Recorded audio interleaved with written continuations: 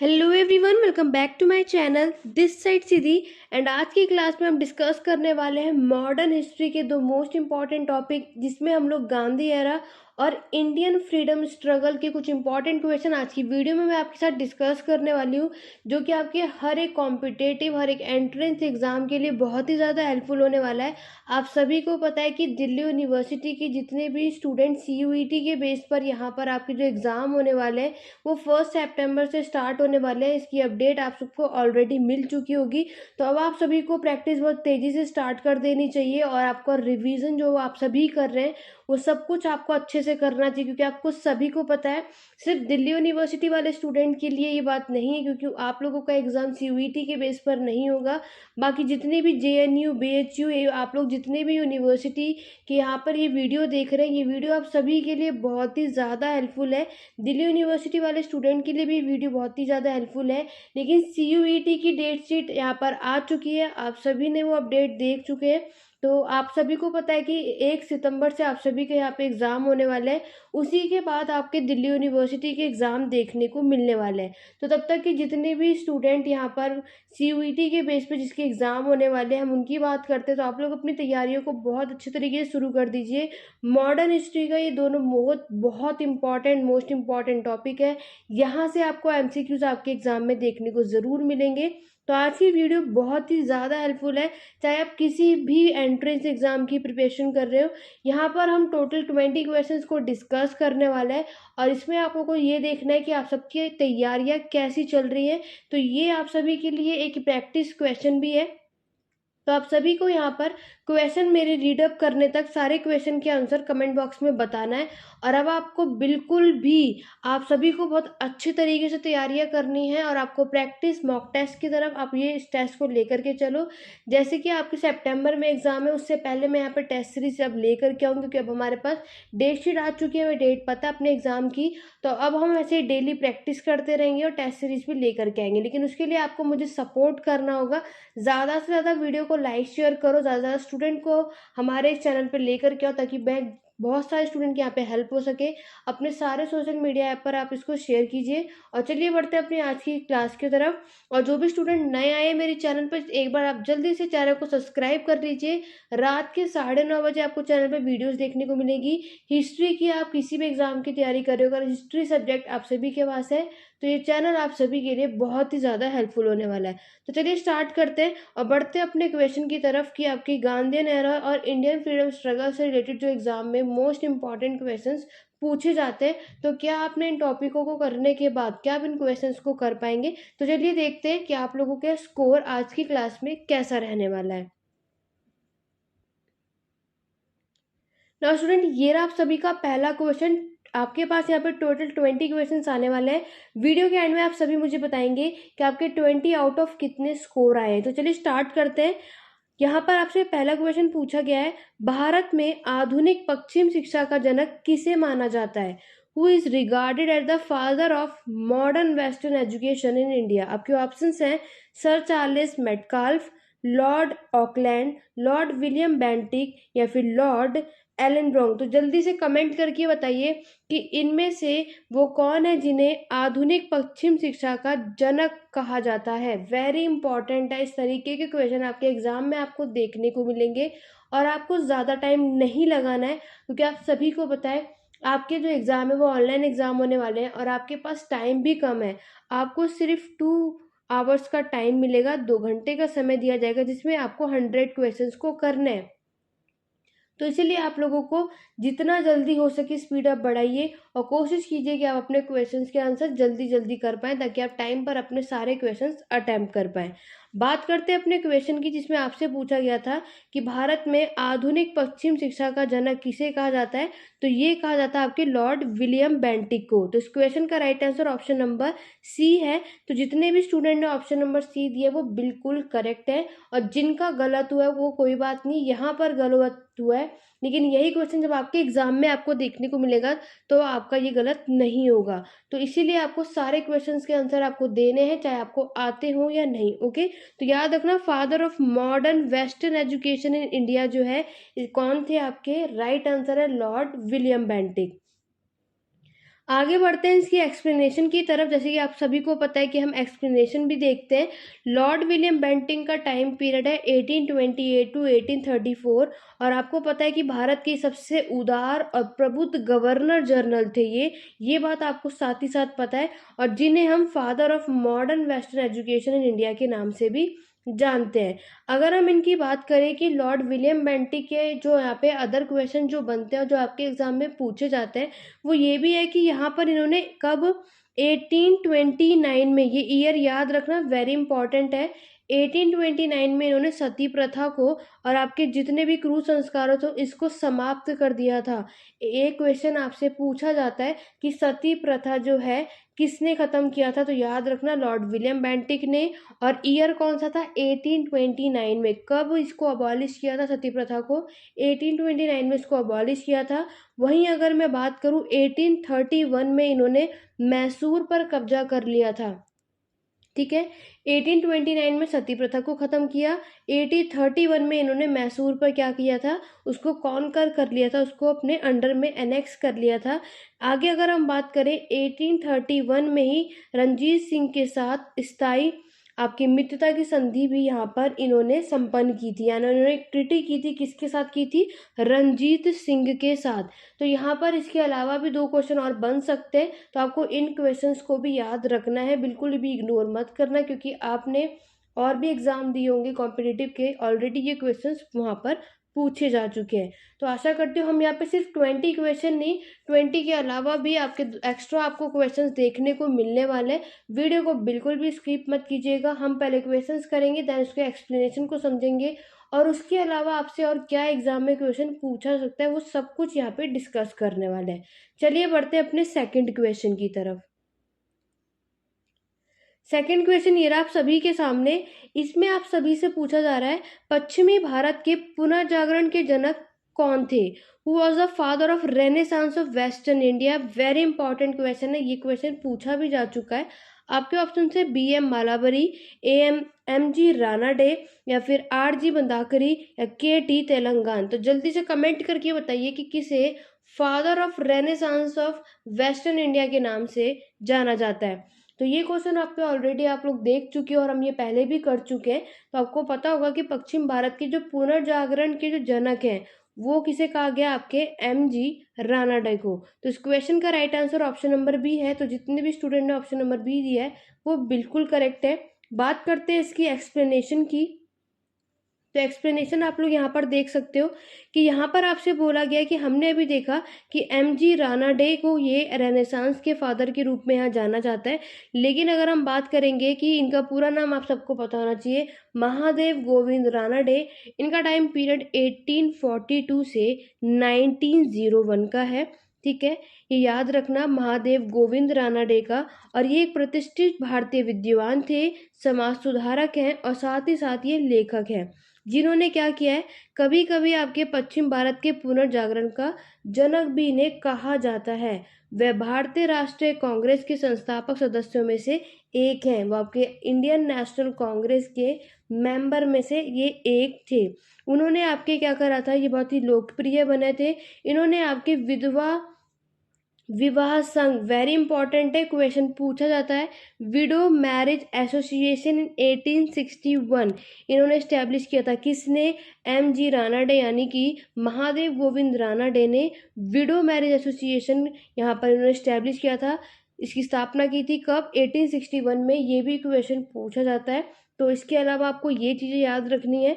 Second thing अगर हम बात करेंगे, इन्होंने रानाडे ने क्या किया था, लोगों की आकांक्षा की प्रतिनिधित्व करने के लिए 1870 में पूना सार्वजनिक सभा की स्थापना भी की थी। ठीक है, एक क्वेश्चन ये भी पूछा जाता है कि आपकी पूना सार्वजनिक जो सभा है 1870 में, इसकी स्थापना किसने की थी, तो ये भी आपकी MG रानाडे ने की थी। ये दोनों आपको याद रखने, वेरी इंपॉर्टेंट है, एग्जाम में पूछा जाता है। और साथ ही साथ अगर हम बात करेंगे तो इनकी प्रसिद्ध स्वतंत्रता सेनानी गोपाल कृष्ण गोखले और बाल गंगाधर तिलक के गुरु और राजनीतिक गुरु के रूप में ये जाने जाते हैं। ठीक है, लास्ट थिंग अगर हम बात करेंगे तो इन्होंने आपकी जाति व्यवस्था, छुआछूत के खिलाफ और विधवा पुनर्विवाह पे समर्थक थे। तो याद रखना ये आपके कास्ट सिस्टम, अनटचेबिलिटी और आपके विडो रीमैरिज के सपोर्टर के अगेंस्ट थे।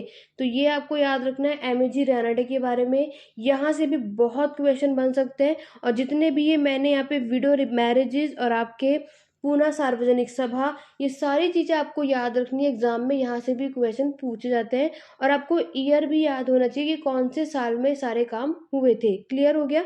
आगे बढ़ेंगे अपने नेक्स्ट स्लाइड की तरफ। बढ़ते हैं अपने नेक्स्ट क्वेश्चन की तरफ। Question number 3। तो क्वेश्चन नंबर 3 ये रहा आप सभी के सामने, जिसमें आप सभी से पूछा जा रहा है इनमें से किसने वर्ष 1848 में भारत में एक अलग लोक निर्माण विभाग शुरू किया था? Which of the following started a separate public work department in India in the year of 1848? आपके ऑप्शन है लॉर्ड कैनिंग ने, लॉर्ड डलहौजी ने, लॉर्ड वेवल ने या फिर लॉर्ड रीडिंग ने। क्वेश्चन को ध्यान से पढ़िए, जल्दबाजी में आंसर बिल्कुल भी मत देना। आप लोगों को अभी ये प्रैक्टिस सेशन इसीलिए चल रहा है कि आप लोग उसको क्या करो, जो गलतियाँ यहाँ कर रहे हो अपने एग्जाम में ना करके आओ। जितनी ज़्यादा प्रैक्टिस आप यहाँ ऑनलाइन करोगे तभी आप अपना ऑनलाइन एग्जाम दे पाओगे। क्लियर हो गया? तो यहाँ पर आपसे क्वेश्चन पूछा है कि किसने आपके 1848 में भारत में एक अलग लोक निर्माण विभाग को शुरू किया था? तो 1848 में जो एक अलग लोक निर्माण विभाग की शुरुआत की थी वो की थी लॉर्ड डलहौजी ने। ठीक है, तो इस क्वेश्चन का राइट आंसर है ऑप्शन नंबर बी। तो जितने भी स्टूडेंट ने ऑप्शन नंबर बी दिया है वो बिल्कुल करेक्ट है। बात करते हैं अब इसकी एक्सप्लेनेशन की। तो एक्सप्लेनेशन आप यहाँ देख सकते हैं, भारत में लोक निर्माण विभाग की शुरुआत 1848 में लॉर्ड डलहौजी ने की थी। ठीक है, तो आपकी पब्लिक वर्क डिपार्टमेंट है इंडिया में 84 में ही किसने, लॉर्ड डलहौजी के द्वारा ये शुरू किया गया था। इससे पहले लोक निर्माण विभाग का काम आपके किसके पास थी, आपके मिलिट्री बोर्ड करता था। याद रखना एग्जाम में ये आ जाए कि आपका जो ये पब्लिक वर्क डिपार्टमेंट का काम जो है लॉर्ड डलहौजी से पहले कौन संभालता था, आपके मिलिट्री बोर्ड इसको काम को संभालता था। ठीक है, लेकिन लॉर्ड डलहौजी ने एक अलग लोक निर्माण का विभाग बनाया और उन्होंने नहरों और आपके सड़कों के निर्माण के लिए अधिक धन आवंटित किया था। याद रखना सबसे ज़्यादा इन्होंने रोड्स और कैनाल्स के लिए यहाँ पर इन्होंने पैसे को अलॉट किया था, फंड्स दिए थे। किसने? लॉर्ड डलहौजी ने। तो ये सारी चीज़ें आशा करती हूँ कि आपको ये टॉपिक क्लियर हो गया होगा। तो जिन्होंने इसको नहीं भी पढ़ा होगा तो आप क्वेश्चंस के थ्रू ही आप इसको चीज़ों को समझ भी सकते हैं। इसलिए हम पूरी कोशिश करते हैं कि हम क्वेश्चंस के साथ उसकी एक्सप्लेनेशन भी देखें कि ताकि जिस भी स्टूडेंट ने वो चीज़ें नहीं पढ़ी हैं तो वो ये सारी चीज़ें यहीं क्लियर हो जाएं। क्लियर हो गया? चलिए आगे बढ़ते हैं नेक्स्ट क्वेश्चन, क्वेश्चन नंबर 4 की तरफ। क्वेश्चन नंबर 4 ये रहा आप सभी के सामने, बहुत ही इजी और सिंपल क्वेश्चन है। आपको यहाँ पे पूछा गया है इनमें से किसने तीनों गोलमेज सम्मेलन में भाग लिया था? Who of the following attend all 3 round table conference? तो आप सभी को पता है कि 3 राउंड टेबल कॉन्फ्रेंस हुए थे। आप सभी जल्दी से मुझे कमेंट करके बताएंगे कि तीनों राउंड टेबल कॉन्फ्रेंस कौन कौन से ईयर में हुए थे। बहुत ही इंपॉर्टेंट है, आप सभी जल्दी से मुझे कमेंट करके बताएंगे। चाहे जितने भी स्टूडेंट लाइव देख रहे हैं अभी 9:30 पे या जो बाद में भी वीडियो को देखेंगे ऑफलाइन, आप सभी मुझे कमेंट बॉक्स में कमेंट करके बताएंगे कि तीनों राउंड टेबल कॉन्फ्रेंस जो है कौन से ईयर में हुई थी। लेकिन आपसे यहाँ पे क्वेश्चन पूछा जा रहा है कि तीनों राउंड टेबल कॉन्फ्रेंस में किसने भाग लिया था? आपके ऑप्शन है लाला लाजपत राय ने, बी आर अम्बेडकर ने, महात्मा गांधी जी ने या फिर सुभाष चंद्र बोस ने। तो इनमें से वो कौन है जिसने तीनों राउंड टेबल कॉन्फ्रेंस में यहाँ पर अटेंड किया था? तीनों में वो थे। तो अगर हम बात करें तो वो थे आपके कौन? B R Ambedkar. ठीक है, तो बी आर अम्बेडकर थे जिन्होंने क्या किया था, आपके तीनों राउंड टेबल कॉन्फ्रेंस को अटेंड किया था। तो इसीलिए इस क्वेश्चन का right answer option number B है। तो आशा करती हूँ कि आप सभी का मैक्सिमम ये आंसर आपका किसी का गलत नहीं होगा, क्योंकि बहुत ही इजी और सिंपल क्वेश्चन है और कभी कभी हमें जो क्वेश्चन आते हैं हम उसी में गलतियां कर जाते हैं। अभी तक आप सभी ने इसका ईयर भी लिख दिया होगा। नेक्स्ट स्लाइड पे चलिए इसके बारे में देख लेते हैं। तो जो पहला सम्मेलन हुआ था वो कब हुआ था? 1930 में, 1930 में पहला राउंड टेबल कॉन्फ्रेंस हुआ था।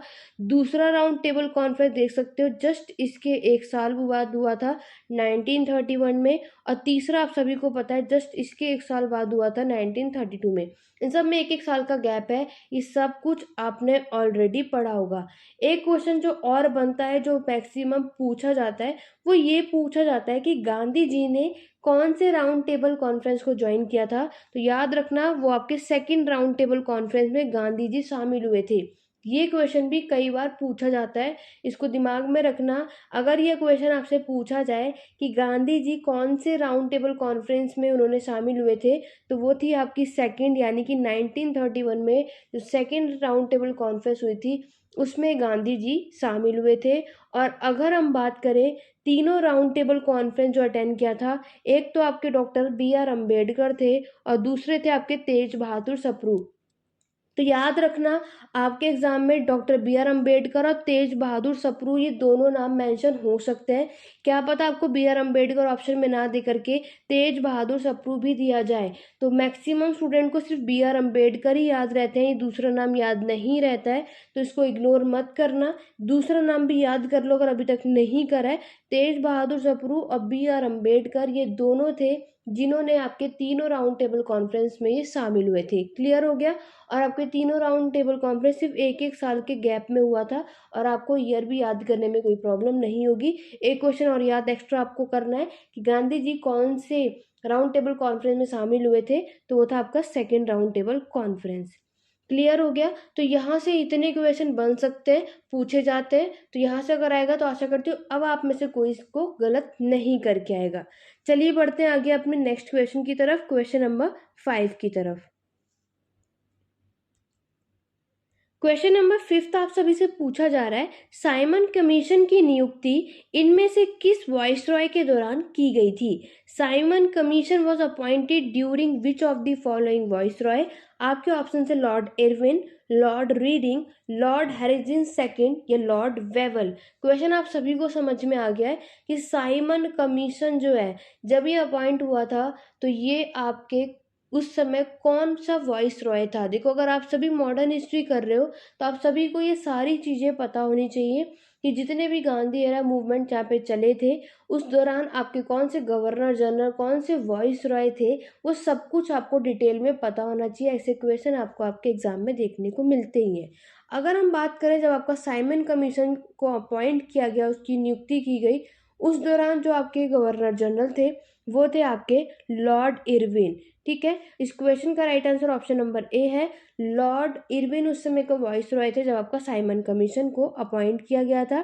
यहाँ पर आप सभी देख सकते हो कि आपके जो साइमन कमीशन आया था उस समय लॉर्ड इरविन हमारे भारत का वॉइस रॉय थे जब ये अपॉइंट हुए थे, और इनको अपॉइंट किया गया था। ये 30th वॉइस रॉय और गवर्नर जनरल थे हमारे भारत के। कब? आपकी डेट भी याद रख सकते हो, 3 अप्रैल 1926। ठीक है, डेट आप सभी को याद रखनी है। अपॉइंट की बात चल रही है तो साइमन कमीशन के समय पर जो वॉइस रॉय थे वो कौन थे? Lord Irwin. आगे बढ़ेंगे नेक्स्ट क्वेश्चन की तरफ, क्वेश्चन नंबर 6 की तरफ। आप लोगों को जल्दी जल्दी करना है, क्वेश्चन रीड करने तक आपको अपने क्वेश्चन का आंसर मुझे कमेंट बॉक्स में बताना है। वीडियो के एंड में ज़रूर बताइएगा कि आपके 20 आउट ऑफ आप सभी ने कितना स्कोर किया। नेक्स्ट है, इनमें से किसने फॉरवर्ड ब्लॉक नाम के से एक पार्टी बनाई थी? Who among the following form a party name is forward block? बहुत ही अच्छा और इम्पॉर्टेंट क्वेश्चन है। फॉरवर्ड ब्लॉक के नाम से जो है वो किसने पार्टी बनाई थी, ये नाम आपसे पूछा जा रहा है। आपके ऑप्शन है जवाहरलाल नेहरू, सुभाष चंद्र बोस, सरदार भगत सिंह या चंद्रशेखर आजाद। क्वेश्चन आप सभी को समझ आ गया। फॉरवर्ड ब्लॉक नाम से एक पार्टी बनाई थी, वो किसने बनाई थी? अगर ये क्वेश्चन आपके एग्जाम में आ जाए तो राइट आंसर याद रखना, फॉरवर्ड ब्लॉक की जो पार्टी है ये बनाई थी आपकी सुभाष चंद्र बोस ने। इस क्वेश्चन का राइट आंसर ऑप्शन नंबर क्या होगा? Option number B, Subhash Chandra Bose ने आपके फॉरवर्ड ब्लॉक नाम की एक पार्टी बनाई थी। क्लियर हो गया? बात करेंगे इसकी एक्सप्लेनेशन की, हम इसको समझेंगे भी ताकि आपको ये टॉपिक भी क्लियर होता जाए।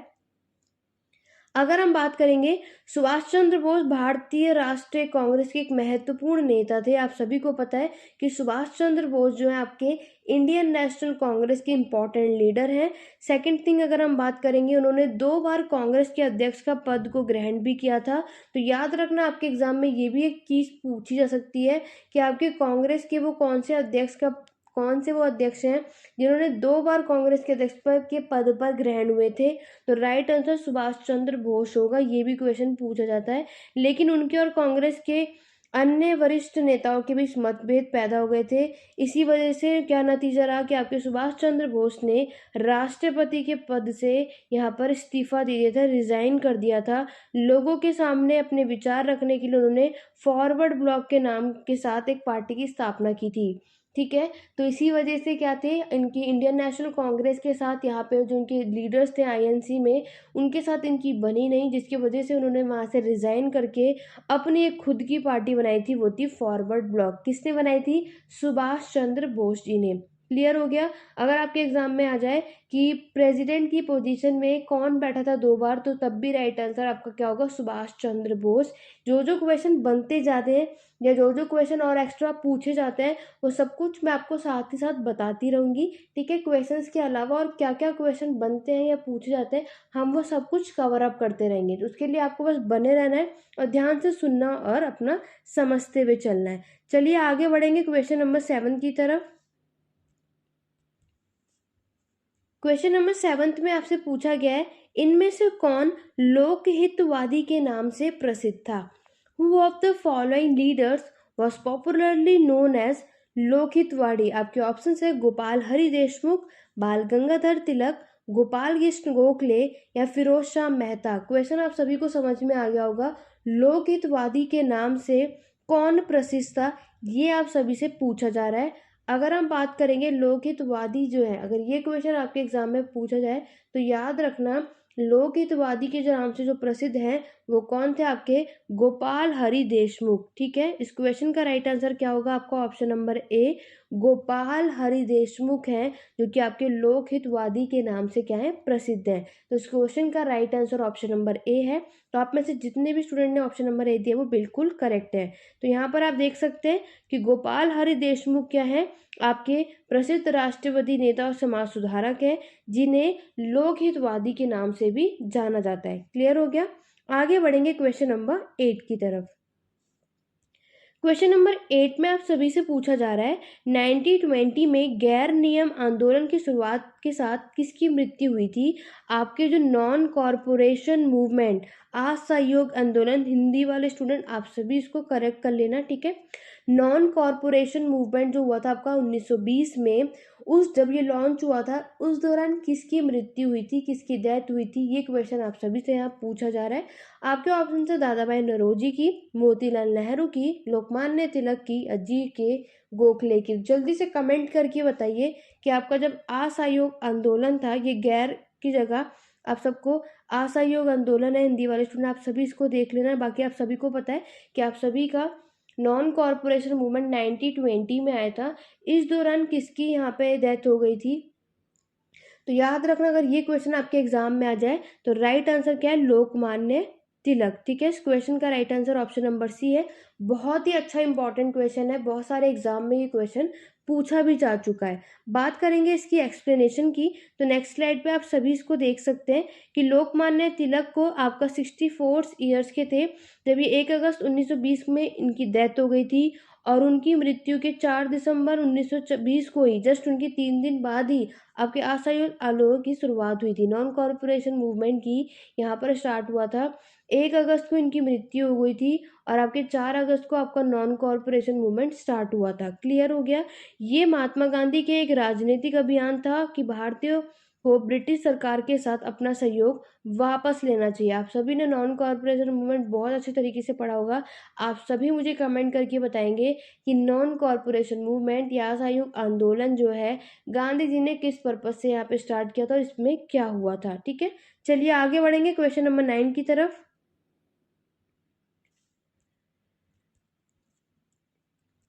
क्वेश्चन नंबर 9 में पूछा जा रहा है, भारत के राष्ट्रगान के बोल किसने लिखे थे? Who rot the lyrics of the national anthem of India? बहुत ही इजी और सिंपल क्वेश्चन है। इसका आंसर तो आप बिना ऑप्शंस के भी बता सकते हैं कि बंकिम चंद्र चटर्जी, एनी बेसेंट, रविंद्रनाथ टैगोर या राम प्रसाद बिस्मिल। ये तो बहुत ही इजी है, आप में से किसी का भी ये गलत नहीं होना चाहिए कि भारत के राष्ट्रगान के बोल जो है वो किसने लिखे थे? वो लिखे थे आपके रविंद्रनाथ टैगोर ने। इस क्वेश्चन का right answer option number C है। और आप सभी का ये क्वेश्चन बिल्कुल सही होगा, ये मुझे पूरी उम्मीद है। तो आप सभी को पता है कि नेशनल एंथम है आप सभी का जन गण मन, जो आपका राष्ट्रगान है। ये गीत मूल के रूप से भारत के पहले नोबेल पुरस्कार विजेता रविंद्रनाथ टैगोर थे। इनके द्वारा बंगाली में भारतीय भाग्य विधाता के रूप में ये लिखा गया था। ठीक है, तो ये भी क्वेश्चन पूछा जाता है कि ये बंगाली में इन्होंने कंपोज किया था, तो उस तब क्या नाम था इसका? भारतो भाग्य विधाता। तो गीत के पहले श्लोक को भारतीय संविधान सभा आपके 26 जनवरी 1950 में राष्ट्रीय गान के रूप में से अपनाया गया था। ये सब आप सभी को ऑलरेडी पता होगा और आपने इसको ऑलरेडी पढ़ा हुआ भी होगा। क्लियर हो गया? चलिए आगे बढ़ेंगे क्वेश्चन नंबर 10 की तरफ। क्वेश्चन नंबर 10 करने के बाद आप सभी मुझे कमेंट बॉक्स में कमेंट करके बताएंगे कि 10 आउट ऑफ आप सभी का अभी तक स्कोर कैसा रहा। क्वेश्चन नंबर 10 है, स्वतंत्रता सेनानी बाल गंगाधर तिलक द्वारा शुरू किया गया समाचार पत्र केसरी किस भाषा में प्रकाशित हुआ था? Kesari, a newspaper started by freedom fighter बाल Gangadhar Tilak, was published in which language? आपके ऑप्शन से बंगाली, हिंदी, इंग्लिश या फिर मराठी। पहली बात तो आप सभी को यही पता होना चाहिए जो केसरी न्यूज़पेपर है ये किसके द्वारा यहाँ पर शुरू हुआ था। तो याद रखना बाल गंगाधर तिलक, ये भी क्वेश्चन पूछा जाता है। ठीक है, तो केसरी जो न्यूज़पेपर है ये आपके बाल गंगाधर तिलक का है। ये कौन सी भाषा में पब्लिश हुआ था? तो याद रखना ये मराठी में। ठीक है, इस क्वेश्चन का right answer option number D है। तो केसरी जो आपका समाचार पत्र है ये कौन सी भाषा में? मराठी भाषा में प्रकाशित हुआ था, बाल गंगाधर तिलक ने किया था। ये चीज़ आपको पता होना चाहिए। बात करते हैं इसकी एक्सप्लेनेशन की। तो एक्सप्लेनेशन आप यहाँ देख सकते हैं कि केसरी एक मराठी न्यूज़पेपर है। कब फाउंड हुआ था? जनवरी 4 1981 में बाल गंगाधर तिलक के द्वारा ये किया था। और अगर हम बात करें केसरी को भारतीय राष्ट्रीय स्वतंत्रता आंदोलन के प्रवक्ता के रूप में इसे इस्तेमाल किया गया और केसरी मराठा ट्रस्ट और तिलक के वंशजों द्वारा इसे प्रकाशित करने के लिए जारी रखा गया। क्लियर हो गया? तो अब आप जल्दी से आप सभी मुझे कमेंट करके बताएंगे कि अभी तक 10 क्वेश्चन सब हमने कर लिए है, तो 10 आउट ऑफ आप सभी का स्कोर कैसा रहा? तो जब तक आप सभी कमेंट बॉक्स में इसका मुझे स्कोर बता रहे हैं कि 10 आउट ऑफ आप सभी ने कितना स्कोर किया है, तब तक जो भी स्टूडेंट मेरे चैनल पे नए आए हैं, मेरी वीडियो को फर्स्ट टाइम देख रहे हैं, आप सभी को कोई भी डाउट हो, कोई भी क्वेरी हो, या फिर अगर आप अभी तक हमारे टेलीग्राम चैनल से नहीं जुड़े हैं तो जल्दी से टेलीग्राम चैनल को जो आप लोग ज़रूर जुड़ जाना। लिंक डिस्क्रिप्शन बॉक्स में मिल जाएगा। टेलीग्राम चैनल का लिंक दोनों डिस्क्रिप्शन बॉक्स में है। 2 टेलीग्राम चैनल है, एक में आपको जो भी डाउट या क्वेरी है तो आप लोग वहाँ पर मुझसे पूछ सकते हैं। मैं पूरी कोशिश करती हूँ कि आप सभी को वहाँ पर रिस्पॉन्स करूँ।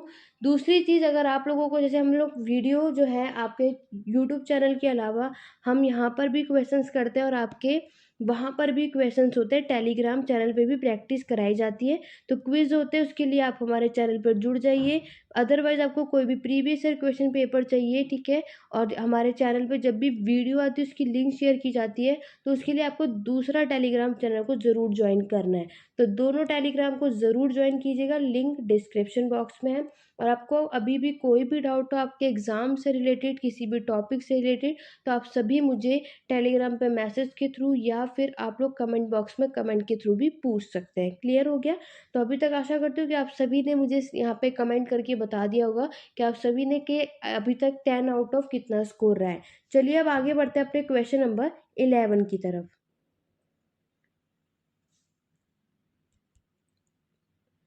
क्वेश्चन नंबर 11 में आप सभी से पूछा जा रहा है, उधम सिंह द्वारा गोली मारे गए ब्रिटिश अधिकारी का क्या नाम था? What was the name of the British officer who was shot by Udham Singh? ठीक है, आपके ऑप्शंस हैं colonel Reginald Edward Harry Dyer, second है आपका जॉन सॉन्डर्स, थर्ड ऑप्शन है सर माइकल फ्रांसो डॉयर, या फिर इनमें से कोई भी नहीं। तो जल्दी से कमेंट करके बताइए इनमें से वो कौन है जो आपके उधम सिंह के द्वारा ये मारे गए थे? कौन सा इसमें से वो ब्रिटिश अधिकारी है जो आपके उधम सिंह के द्वारा मारे गए थे? जल्दी से कमेंट करके बताइए। और जब तक आप सभी इस क्वेश्चन का आंसर बता रहे हैं, तो ऐसे बहुत से स्टूडेंट्स मुझे कहते हैं कि मैम आप सिर्फ हिंदी में रीड करते हो, हमें इंग्लिश वाले स्टूडेंट हैं। तो स्टूडेंट आप यहाँ पर देख सकते हो कि मैं बाइलिंगुअली यहाँ पर मैं जो क्वेश्चंस लेकर के आई हूँ वो बाइलिंगुअल भी है, और मैं यहाँ पर हिंदी वाले स्टूडेंट्स के लिए भी पढ़ती हूँ और इंग्लिश में भी। ठीक है, तो मैं पूरी कोशिश करती हूँ कि मैं यहाँ पर आपको प्रॉपर तरीके से सारी चीज़ें बता सकूँ। बाकी आप लोगों को यहाँ पे लिखा हुआ है, आप उसको ऑलरेडी पढ़ सकते हो। बाकी मेरी पूरी कोशिश रहती है कि मैं आपको बाइलिंगुअली तरीके से यहाँ पे सारी चीज़ें बता सकूँ। तो आप चाहे इंग्लिश मीडियम के स्टूडेंट हो चाहे हिंदी मीडियम के, तो आपको कोई भी प्रॉब्लम नहीं आएगी। क्योंकि ऐसी बहुत सी मेरे को यहाँ पे स्टूडेंट बोलते हैं कि मैम आप सिर्फ हिंदी में रीड करते हो, इंग्लिश में नहीं। तो जब मैं इंग्लिश में करती हूँ तो हिंदी वाले स्टूडेंट कहते हैं कि आप हिंदी में नहीं रीड कर रहे हो, आप सिर्फ इंग्लिश में कर रहे हो। तो मैं आपको पूरी कोशिश करूँगी कि मैं दोनों में रीड कर सकूँ। बाकी इतनी अंडरस्टैंडिंग तो आप सभी में होगी कि आप मास्टर्स के स्टूडेंट हैं, तो इतना तो आप सभी को होगा कि आप ये सारी चीज़ें समझ सकें। इसके अलावा अगर आपको कोई भी प्रॉब्लम आती है तो आप मुझे शेयर कर सकते हैं। बाकी मैं पूरी कोशिश करती हूँ, यहाँ पे लिखा हुआ भी है तो आप लोग उसको पढ़ भी सकते हैं। ठीक है, तो ये एक छोटी सी कुछ बातें थी जो आप सभी कभी कभी कह देते हैं, लेकिन मेरी पूरी कोशिश रहती है कि अगर आपको कोई डाउट भी हो कि आपको चीज़ें समझ नहीं आई, तो यहाँ पर चीज़ें लिखी हुई भी है कि आप इंग्लिश और हिंदी में, तो आपको ईज़िली से आप उसको पढ़ सकते हो। ठीक है? तो अगर हम बात करेंगे कि आपके उधम सिंह के द्वारा जो ब्रिटिश अधिकारी को जो गोली मारा गए थे, वो कौन थे आपके? वो थे आपके सर माइकल फ्रांसिस ओडेयर। तो इस क्वेश्चन का right answer option number C है। तो जिन भी स्टूडेंट ने ऑप्शन नंबर सी बताया है वो बिल्कुल करेक्ट है। इसकी एक्सप्लेनेशन की तरफ बढ़ते हैं। यहाँ पर आप देख सकते हो, सरदार उधम सिंह एक भारतीय क्रांतिकारी थे जिन्होंने 13 मार्च 1940 को पंजाब में भारत के पूर्व लेफ्टिनेंट गवर्नर आपके सर माइकल फ्रांसिस ओडेयर की हत्या कर दी थी। ठीक है, वेरी इंपॉर्टेंट है, यही क्वेश्चन आपसे पूछा जा रहा है कि उधम सिंह के द्वारा कौन से ब्रिटिशर्स को यहाँ मारा गया था। तो देख लो, डेट भी याद होनी चाहिए, ईयर याद होना चाहिए। 13 मार्च 1940 को इन्हें यहाँ पर इनके द्वारा मारा गया था। इसके बाद इनकी जो हत्या हुई थी, हत्या 1919 में अमृतसर में जलियांवाला बाग जो हुआ था नरसंहार के दौरान की गई थी, जिसके लिए किसको रिस्पॉन्सिबल? आपके ओडायर को रिस्पॉन्सिबल माना जाता है। इसी वजह से उधम सिंह ने इनको क्या कर दिया था, इनको मार दिया था। क्लियर हो गया? आगे बढ़ेंगे नेक्स्ट क्वेश्चन, क्वेश्चन नंबर 12 की तरफ। नेक्स्ट क्वेश्चन में आप सभी से पूछा जा रहा है, इनमें से कौन सा समाचार पत्र 1919 में मोतीलाल नेहरू द्वारा शुरू किया गया था? Which of the following newspaper was started 1919 by Motilal Nehru? आपके ऑप्शन है young India, the independent, voice of India, the leaders. मैं आप सभी से कहूँगी, जितने भी स्टूडेंट यहाँ पे आप वीडियो देख रहे हो, सबके सब आप सभी इस क्वेश्चन का आंसर कमेंट बॉक्स में बताइए। जितना ज़्यादा आप लोग प्रैक्टिस करेंगे उतना ज़्यादा अच्छा होगा। ऐसा आप बिल्कुल भी मत करो कि आप आए, आपने वीडियो बस ऑन किया और आपने देखा, आप स्किप किया, या फिर आप सिर्फ देखते चले गए, आपने रिस्पॉन्स नहीं किया। अगर आप सभी को मॉक टेस्ट, आप इसको एक मॉक टेस्ट की तरह लेकर के चलो, आपकी आप अपनी प्रैक्टिस क्वेश्चंस की तरह लेकर के चलो। इतनी प्रैक्टिस क्वेश्चंस के आपको कहीं भी नहीं मिलने वाले हैं। तो इसीलिए आप लोगों को क्या करना है, साथ ही साथ प्रैक्टिस करनी है। आपको क्वेश्चंस के आंसर नहीं भी आते हैं तो भी आप ट्राई करो। आप ये देखो कि आप एक अपने एग्जाम में बैठे और आपको इस क्वेश्चंस के आंसर देने हैं। ठीक है, अगर हम बात करेंगे कि मोतीलाल नेहरू 1919 में इन्होंने कौन सा न्यूज़पेपर स्टार्ट किया था, तो वो था आपका द इंडिपेंडेंट। ठीक है, ऑप्शन नंबर बी यहाँ पे करेक्ट है, द इंडिपेंडेंट न्यूज़पेपर है। तो कभी कभी ये घुमाकर भी क्वेश्चन पूछा जाता है, तो याद रखना, द इंडिपेंडेंट जो है वो मोतीलाल नेहरू के द्वारा शुरू किया गया था 1919 में। क्लियर हो गया? तो चलिए आगे बढ़ते हैं इसकी एक्सप्लेनेशन की तरफ। आप लोग यहाँ पे देख सकते हैं कि जो इंडिपेंडेंट है ये एक इलाहाबाद बेस्ड न्यूज़पेपर है। ये स्टार्ट हुआ था आपका मोतीलाल नेहरू ने 1919 में किया था, जो मैंने आपको बताया है।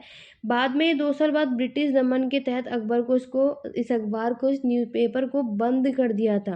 ब्रिटिशर्स ने क्या किया था, इस द इंडिपेंडेंट न्यूज़पेपर को जस्ट इसके 2 साल बाद, यानी कि आपके 1921 में ब्रिटिशर्स ने इस न्यूज़पेपर को बंद कर दिया था। उस समय के प्रमुख आपके इलाहाबाद जो दैनिक थे आपका द लीडर, इसको अपनाए गए उदारवादी राजनीतिक लाइन का मुकाबला करने के उद्देश्य से इस पेपर को शुरू किया गया था। तो ये द लीडर भी आपका एक न्यूज़पेपर है, याद रखना, जिस पर्पज से इसको स्टार्ट किया गया था। ठीक है, तो ये याद रखना, द इंडिपेंडेंट जो न्यूज़पेपर है ये मोतीलाल नेहरू के द्वारा शुरू किया गया था। आगे बढ़ेंगे नेक्स्ट क्वेश्चन, क्वेश्चन नंबर 13 की तरफ।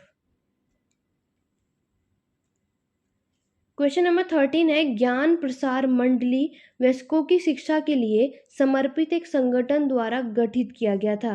ज्ञान Prakash Mandali, an organization dedicated to the education of the adult, was form by, आपके option G K Gokhale, M Malviya, दादा भाई नौरोजी या फिर लोकमान्य तिलक। क्वेश्चन आप सभी को समझ में आ गया। जल्दी से एक बार वीडियो को लाइक शेयर कर दीजिए, अपने और भी फ्रेंड्स को हमारे चैनल पर लेकर के आइए, वीडियो पे ज्वाइन कीजिए ताकि आप सभी देख सकते हैं। अगर आपको ये वीडियो पसंद आ रही है, क्वेश्चंस हेल्पफुल हैं, तो आप सभी सपोर्ट कीजिए और इस चैनल को बढ़ाइए, इसकी ग्रोथ और कराइए। ओके स्टूडेंट, तो ज़्यादा से ज़्यादा इस वीडियो को लाइक शेयर कर दीजिए। वैसे मैं लाइक शेयर आपको इतना कहती नहीं, वीडियो के स्टार्टिंग में ही कहती हूँ ताकि बीच में ऐसा ना हो, लेकिन आप सभी का रिस्पॉन्स बहुत ही लेट आता है। आप सभी मुझे सपोर्ट कीजिए, मैं आप सभी के लिए इतनी मेहनत करती हूँ, बहुत ही क्वेश्चंस रेडी कर दूँ आपके अकॉर्डिंग, एग्ज़ाम के अकॉर्डिंग। तो आप सभी को सपोर्ट करना चाहिए, अपने और भी स्टूडेंट्स को यहाँ पे ज्वाइन कीजिए। और वीडियो आपको पसंद आई तो आप लाइक शेयर ज़रूर करेंगे, इसकी मुझे पूरी आशा है। चलिए बढ़ते हैं अपने क्वेश्चन की तरफ। तो ज्ञान प्रसार मंडली जो है आपका वयस्कों की संख्या के लिए समर्पित एक संगठन द्वारा गठित किया गया था। तो ये किसने किया था? ये किया था आपके दादा भाई नौरोजी ने। ठीक है, इस क्वेश्चन का राइट आंसर क्या होगा? Option number C. तो दादा भाई नौरोजी ने किया था। अगर हम इसकी एक्सप्लेनेशन की बात करें तो यहाँ पर आप सभी देख सकते हो, दादा भाई नौरोजी ने 1848 में ज्ञान प्रसारक मंडली, आपकी society for promotion of knowledge की स्थापना की थी। अब बात आती है कि इसका उद्देश्य भी आपके एग्जाम में पूछा जा सकता है। तो याद रखना, इसका मेन उद्देश्य था वयस्क पुरुषों की शिक्षा को प्रदान करना, were to provide the education of adult man folk. ठीक है, तो ये जो इन्होंने यहाँ पर ये मंडली स्टार्ट की थी, इसका पर्पस क्या था, उसका उद्देश्य, एम क्या था? वो ये था कि इनके एडल्ट को यहाँ पर क्या कर सके, एजुकेशन प्रोवाइड कर सके। क्लियर हो गया? चलिए आगे बढ़ेंगे क्वेश्चन नंबर 14 की तरफ। क्वेश्चन नंबर 14 आप सभी से पूछ रहा है कि 1911 में 1911 में गोपाल कृष्ण गोखले द्वारा शुरू किया गया था समाचार पत्र हितवाड़ा। ठीक है, ये प्रकाशित हुआ था कहाँ पर, ये आपसे पूछा जा रहा है, ये पब्लिश कहाँ पर किया गया था? जो हितवाड़ा न्यूज़पेपर है, स्टार्ट हुआ था, पहली बात तो आपको ये याद रखना है, गोपाल कृष्ण गोखले के द्वारा ये न्यूज़पेपर स्टार्ट हुआ था 1911 में। तो ये पब्लिश हुआ था आपके मुंबई में, पुणे में, सोलापुर में या फिर नागपुर में? जल्दी से कमेंट करके बताइए। और ये न्यूज़पेपर वाली चीज़ें आपको ज़रूर आनी चाहिए, याद भी होनी चाहिए, एग्ज़ाम में यहाँ से भी आपको क्वेश्चंस देखने को मिलते हैं। तो हितवाड़ा की अगर हम बात करें तो याद रखना कि ये न्यूज़पेपर आपके गोपाल कृष्ण गोखले के द्वारा शुरुआत की गई थी 1911 में। कहाँ पर? नागपुर में। इस क्वेश्चन का राइट आंसर क्या होगा? Option number D, Nagpur. तो जितने भी स्टूडेंट ने इस क्वेश्चन का आंसर डी बताया वो बिल्कुल सही है। चलिए आगे बढ़ते हैं। ये न्यूज़पेपर आप सभी यहाँ पर देख सकते हो, ये वो न्यूज़पेपर है। तो वेरी इंपॉर्टेंट, इससे रिलेटेड और क्या क्वेश्चन बनते हैं कि हितवाड़ा जो आपका ये न्यूज़पेपर है, ये सेंट्रल इंडियन सिटी नागपुर में ही शुरू हुआ था आपके गोपाल कृष्ण गोखले के द्वारा। और ये पहला और सिर्फ नागपुर का इंग्लिश न्यूज़पेपर था जो यहाँ पर आपको देखने को मिल रहा है। ठीक है, तो एग्जाम में ये भी पूछा सकता है कि नागपुर का पहला और एकमात्र अंग्रेजी दैनिक जागरण जो दैनिक न्यूज़पेपर है वो कौन सा था? वो था आपका हितवाड़ा। कुछ भी क्वेश्चन घुमा कर आ सकता है, आपको बस चीज़ें समझ में आनी चाहिए, रट कर आपको बिल्कुल भी नहीं जाना है। चीज़ें अगर आपको समझ आएंगी तो क्वेश्चन को किसी भी तरीके से पूछे, आप उसको ईजिली से कर पाओगे। इस वीडियो के ख़त्म होने के बाद अगर आपको दोबारा आप इस वीडियो को देख सकते हैं और दोबारा क्वेश्चन को समझ सकते हैं, यहाँ से कुछ भी क्वेश्चन पूछा जा सकता है। ठीक है, तो अगर आपने मॉडर्न हिस्ट्री को, बहुत से ऐसे स्टूडेंट होंगे जिन्होंने मॉडर्न हिस्ट्री को अच्छे से नहीं पढ़ा होगा, तो आप क्वेश्चंस को देखो, उसके एक्सप्लेनेशन को देखो, यहीं से ही बहुत सारी चीज़ें आपको मॉडर्न हिस्ट्री के टॉपिक भी क्लियर होते जाएंगे। क्लियर हो गया? तो ये आप न्यूज़पेपर देख सकते हैं। तो ये पहला न्यूज़पेपर इंग्लिश न्यूज़पेपर था आपके नागपुर का। चलिए आगे बढ़ेंगे क्वेश्चन नंबर 15 की तरफ।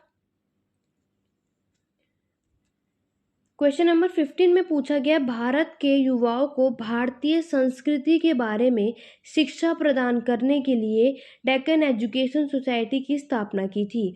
Who founded the Deccan education society to impart teaching about the Indian culture to Indian youth?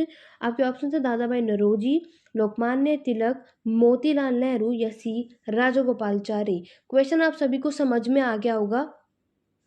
बहुत ही अच्छा और इम्पोर्टेंट क्वेश्चन है कि भारत के युवाओं को भारतीय संस्कृति के बारे में शिक्षा प्रदान करने के लिए जो कि डेक्कन एजुकेशन सोसाइटी की स्थापना की थी, वो किसने की थी? तो वो की थी आपकी लोकमान्य तिलक ने, ठीक है। तो ये इस क्वेश्चन का right answer option number B है, याद रखना। और आप सभी को पता होगा कि लोकमान्य तिलक आपके बाल गंगाधर तिलक की ही बात कर रहे हैं। ऐसे कुछ स्टूडेंट ज़रूर होंगे जिनको ये कन्फ्यूजन होगी, तो ऑप्शन में कुछ भी दे सकता है, ठीक है। लोकमान्य तिलक या बाल गंगाधर तिलक एक ही बात है, तो आपको कन्फ्यूज ऐसे कुछ स्टूडेंट ज़रूर होते हैं। तो इस क्वेश्चन का right answer option number B है। आगे बढ़ेंगे नेक्स्ट क्वेश्चन, क्वेश्चन नंबर 16 की तरफ।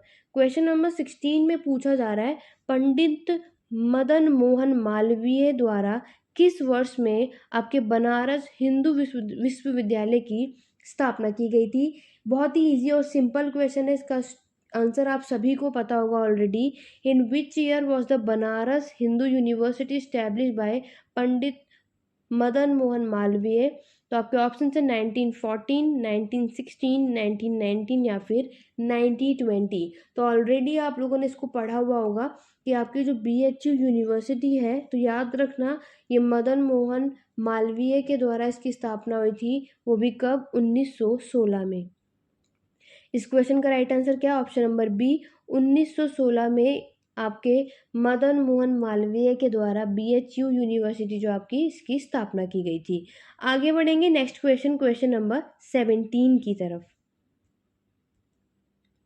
क्वेश्चन नंबर 17 में पूछा गया है, 1905 में आपके सर्वेंट्स ऑफ इंडियन सोसाइटी की स्थापना किसने की थी, जिसका उद्देश्य आपका शिक्षा, स्वच्छता, स्वास्थ्य देखभाल के साथ साथ सामाजिक बुराइयों से लड़ना था? 1905 में किसने सर्वेंट ऑफ इंडियन सोसाइटी की स्थापना की थी, जिनका उद्देश्य था क्या प्रमोट करना? एजुकेशन, सैनिटेशन या आपका हेल्थ इशू, ठीक है, हेल्थ केयर के बारे में, साथ साथ आपके सोशल इवल से फाइट करने के लिए। तो आपको याद रखना है, पहली चीज़ यहीं से बहुत क्वेश्चन बन रहा है कि आपकी सर्वेंट ऑफ इंडियन सोसाइटी की स्थापना 1905 में हुई थी, ठीक है। किसने की थी? आपके ऑप्शन है लोकमान्य तिलक ने, जी गोखले ने, फ्रंटियर गांधी ने या लाला लाजपत राय ने? तो याद रखना, सर्वेंट ऑफ इंडियन सोसाइटी की स्थापना 1905 में हुई थी, जो कि आपकी जी गोखले के द्वारा हुई थी। और इनका उद्देश्य किसको प्रमोट करना? एजुकेशन को, सैनिटेशन को और हेल्थ केयर को। तो इस क्वेश्चन का right answer option number B है। इसको अच्छे तरीके से पढ़ लो, क्योंकि ये क्वेश्चन बहुत ही अच्छा और इम्पॉर्टेंट है, कभी भी किसी भी एग्जाम में आपको ये देखने को मिल सकता है। बात करेंगे इसके एक्सप्लेनेशन की, वो मैं आपको ऑलरेडी बता चुकी हूँ कि servant of Indian society start किया गया था गोपाल कृष्ण गोखले के द्वारा 1905 में, ठीक है। यहाँ पर आप देख सकते हो अलग अलग वेलफेयर के पर्पज से इसको यहाँ पे स्टार्ट किया गया, उनका उद्देश्य क्या था ये भी मैं आप सभी को बता चुकी हूँ। तो आपको सारी चीज़ें अच्छी तरीके से एक्सप्लेनेशन के साथ करोगे तो चीज़ें आपको ईजिली से समझ में आएंगी और गलतियाँ आपसे एग्ज़ाम में नहीं होंगी। बात करेंगे क्वेश्चन नंबर 18 की। तो क्वेश्चन नंबर 18 आप सभी के सामने ये है, जल्दी से पढ़िए और मेरे आंसर बताने से पहले आप सभी मुझे इस क्वेश्चन का आंसर कमेंट बॉक्स में कमेंट करके बताइए। क्वेश्चन नंबर 18 में आपसे पूछा है, गांधी जी के the story of my experiment with truth was originally written in Gujarati, who translated it into English? तो यहाँ पर आपसे क्या पूछा जा रहा है कि गांधी जी की जो बुक है the story of my experiment with truth, ये ओरिजिनली तो आपकी गुजराती में लिखी गई है, लेकिन इसको इंग्लिश में किसने ट्रांसलेट किया? आपके ऑप्शन है मंगल गांधी ने, महादेव देसाई ने या फिर प्यारे लाल जी ने या फिर सुशीला नैयर ने? क्वेश्चन आप सभी को समझ में आ गया। बुक्स एंड ऑथर से बहुत ही अच्छे क्वेश्चन है। CUET का वैसे अभी पता नहीं, लेकिन अप्रॉक्सली में भी आपके एग्जाम में 2 से 3 क्वेश्चन बुक्स एंड ऑथर से आपको मे भी देखने को मिल सकते हैं। बाकी अभी आपके फर्स्ट टाइम CUET के बेस पे एग्जाम होने वाला है, लेट्स सी कि क्या होने वाला है। उसके बाद अगर दिल्ली यूनिवर्सिटी के आप ऑलरेडी पता है 15 से 20 क्वेश्चन 100 में से बुक्स एंड ऑथर से ही आते हैं। तो आप सभी को आगे मैं अभी बुक्स एंड ऑथर से रिलेटेड इंपॉर्टेंट क्वेश्चंस लेकर के आने वाली हूँ, तो उसके लिए मेरे चैनल पे बने रहिए, जुड़े रहिए। हम बुक्स एंड ऑथर्स हिस्टोरियोग्राफी के रिलेटेड भी मैं आपके लिए अच्छे और इम्पॉर्टेंट क्वेश्चंस आगे की वीडियोस में लेकर के आने वाली हूँ, ठीक है। तो चलिए बात करते हैं आपकी स्टोरी ऑफ पहली बात तो आपको यही पता होना चाहिए, ये जो story of my experiment with truth, ये ओरिजिनली आपकी गुजराती में लिखी गई थी और इसको जो इंग्लिश में जिन्होंने ट्रांसलेट किया था वो थे आपके महादेव देसाई ने। तो इस क्वेश्चन का right answer option number B है। तो जिन्होंने भी ऑप्शन नंबर बी दिया है वो बिल्कुल करेक्ट है। तो महादेव देसाई हैं जिन्होंने क्या करा था, आपके भारतीय स्वतंत्रता आंदोलन के ये एक कार्यकर्ता थे, ठीक है। और इन्होंने महात्मा गांधी के निजी सचिव के रूप में उनकी नौकरी के लिए जाने जाते हैं। 15 अगस्त 1942 को उनका क्या हो गया था, डेथ हो गई थी, उनका निधन हो गया था। आगे बढ़ेंगे क्वेश्चन नंबर 19 की तरफ। बहुत ही इजी है ये, तो आप सभी बता देंगे कि दक्षिण अफ्रीका से लौटने के बाद गांधी जी ने अपना पहला सफल सत्याग्रह कहाँ शुरू किया था। After returning from India from South Africa, Gandhi ji launch his first successful satyagraha in Champaran, Chauri Chaura, Bardoli या फिर डांडी। इस क्वेश्चन का आंसर आप सभी को पता है कि गांधी जी साउथ अफ्रीका से जब 1915 में ये भारत आए थे, और इन्होंने अपना जो सबसे पहला सत्याग्रह जो उनका सक्सेसफुल हुआ था, जो था वो आपका था चंपारण, ठीक है। वो भी कब शुरू हुआ था, आपके 1917 में। ये आपका इनका गांधी जी का पहला यहाँ पे सत्याग्रह था। इस क्वेश्चन का right answer option number A है। चंपारण सत्याग्रह आपको पता है ये इंडिगो से रिलेटेड था। आपकी जो किसानों की जो नील उगाई जाती थी जबरदस्ती, उससे रिलेटेड सत्याग्रह हुआ था जिसमें गांधी जी की विजय प्राप्त हुई थी। बाकी इस चंपारण सत्याग्रह से रिलेटेड क्या हुआ था, आप सभी मुझे कमेंट बॉक्स में कमेंट करके बताने वाले हैं कि एक्चुअल में यहाँ पर क्या हुआ था। नेक्स्ट स्लाइड पे आप देख सकते हैं, गांधी जी 1915 में दक्षिण अफ्रीका से लौटे और 1917 में उन्होंने बिहार के चंपारण में राजकुमार शुक्ल के अनुरोध पर नील बोने वाले लोगों के खिलाफ अपना पहला सफल सत्याग्रह शुरू किया था, ठीक है। ये ऑलरेडी आप लोगों ने पढ़ा हुआ होगा। इसके बाद में जस्ट इसके बाद में कौन से दो और सत्याग्रह हुए थे, आप सभी मुझे कमेंट बॉक्स में कमेंट करके बताने वाले हैं। आप सभी जितने भी स्टूडेंट मेरी वीडियो देख रहे हैं कमेंट करके ज़रूर बताएंगे, कोई भी इग्नोर नहीं करके जाएगा। और जितने भी मेरे स्टूडेंट हैं जो डेली मेरे लेक्चर्स को देखते हैं, आप सभी मुझे कमेंट करके ज़रूर बताइएगा, क्योंकि इससे क्या होगा, आपकी एक रिवीजन हो जाएगी और आपकी एक प्रैक्टिस हो जाएगी कि आपको वो कितनी चीज़ें याद हैं। ओके, बाय चांस अगर आप कुछ भी चीज़ें भूल गए तो आप फिर क्लास के बाद आप उन चीज़ों को जाके ज़रूर पढ़ा कीजिए, ताकि मॉडर्न हिस्ट्री आपकी स्ट्रांग हो जाए और यहाँ से भी बहुत क्वेश्चन आपको देखने को मिलते ही हैं।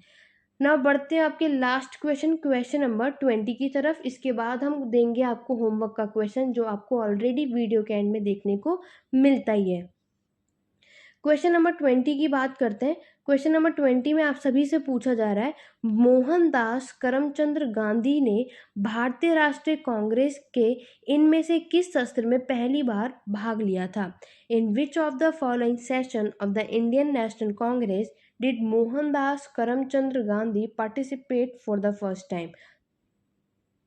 आपके ऑप्शन हैं, कलकत्ता सेशन जो 1901 में हुआ था, बनारस का सेशन जो 1905 में हुआ था, सूरत का सेशन जो 1907 में हुआ था, या फिर लखनऊ का सेशन जो 1916 में हुआ था। तो कौन से अधिवेशन में आपके गांधी जी जो है इन्होंने पार्टिसिपेट किया था फर्स्ट टाइम, वो था आपका कलकत्ता का अधिवेशन जो 1901 में हुआ था।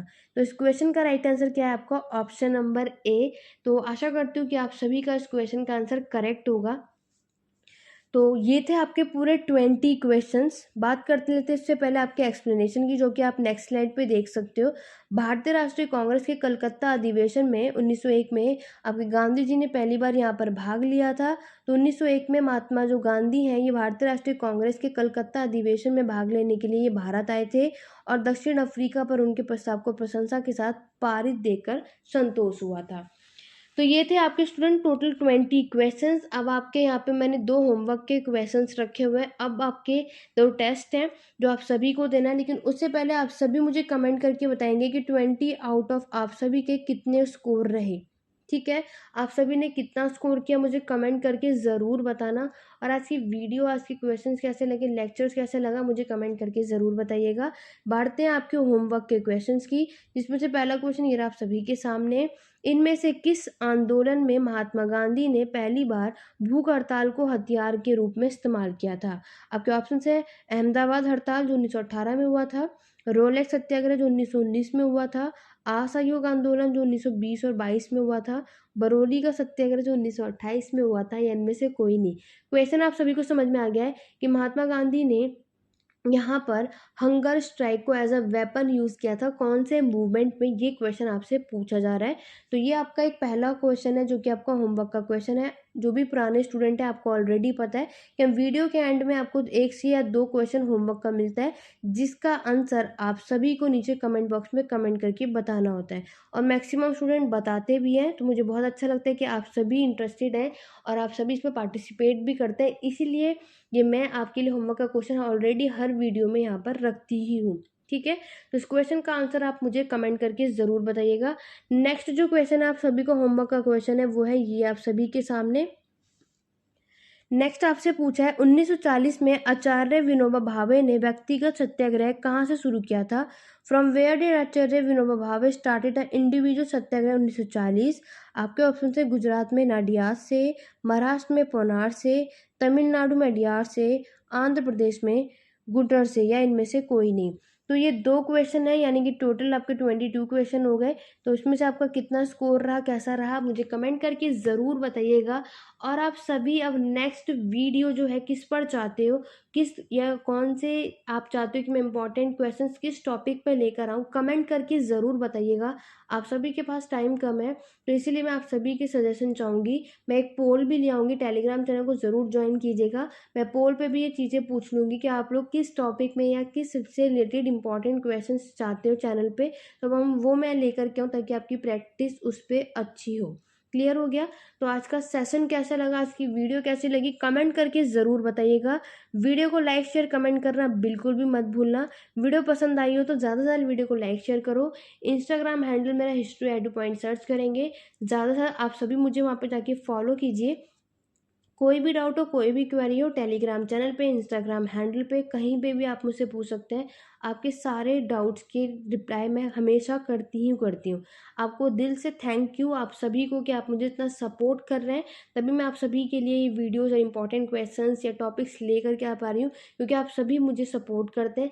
ऐसे ही आप लोग मुझे सपोर्ट करते रहिए और हमारे चैनल को ग्रोथ करवाइए। ज़्यादा से ज़्यादा वीडियो को लाइक शेयर कीजिए और अपने और भी दोस्तों को इस चैनल पर ले करके आइए। ओके स्टूडेंट, तो चलिए आज की वीडियो में बस इतना ही। बाकी कोई भी डाउट, कोई भी क्वेरी आप मुझसे कमेंट के थ्रू पूछ सकते हैं। बाकी आप सभी जितने भी स्टूडेंट मेरी वीडियो ऑनलाइन अभी लाइव देख रहे हैं या फिर बाद में ऑफलाइन देखोगे, आप सभी मुझे कमेंट करके ज़रूर बताइएगा कि आप सभी का स्कोर कैसा रहा आज की क्लास में और आप नेक्स्ट वीडियो किस पे चाहते हैं। ओके स्टूडेंट, तो चलिए आज की वीडियो में बस इतना ही। मिलते हैं अपनी नेक्स्ट वीडियो में। Thank you for watching.